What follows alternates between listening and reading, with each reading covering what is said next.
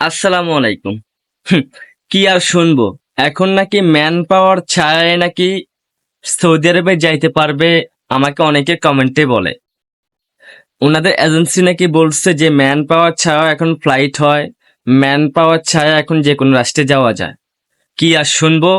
তো বন্ধুরা, এরকম কেউ শুনছেন কিনা আমি জানি না, কিন্তু আমাকে অনেকে কমেন্ট করছে যে ভাইয়া আমাদের এজেন্সি বলতেছে ম্যান পাওয়ার ছাড়াই নাকি আমরা সৌদি আরবে যাইতে পারবো, ম্যান পাওয়ার ছাড়াই আমাদের ফ্লাইট হবে। আমার এজেন্সি বলছে। এটা কতটুকু সত্যি? আমি প্রথমত বলি ভাইয়া, আপনার এজেন্সির হয়তো মাথা মুথা খারাপ হয়ে গেছে, তাই আপনাদের সাথে বকতেছে। অবশ্যই বুঝতে পারছেন, আপনাদের এজেন্সির হয়তো মাথা খারাপ হয়ে গেছে, তাই আপনাদের সাথে উল্টা সিধা বকতেছে। আর ভাই, ম্যান পাওয়ার ছাড়া আপনার কখনো ফ্লাইট হবে না। ম্যান পাওয়ার ছাড়া আপনি কখনো দেশের বাইরে যাইতে পারবেন না। ম্যান পাওয়ার ছাড়া আপনি কখনো টিকিট কাটতে পারবেন না। ম্যান পাওয়ার অবশ্যই লাগবে। আর ম্যান পাওয়ার হয়েছে বাংলাদেশ সরকার থেকে আপনাকে অনুমতি দিচ্ছে আপনি দেশের বাইরে যাওয়ার জন্য।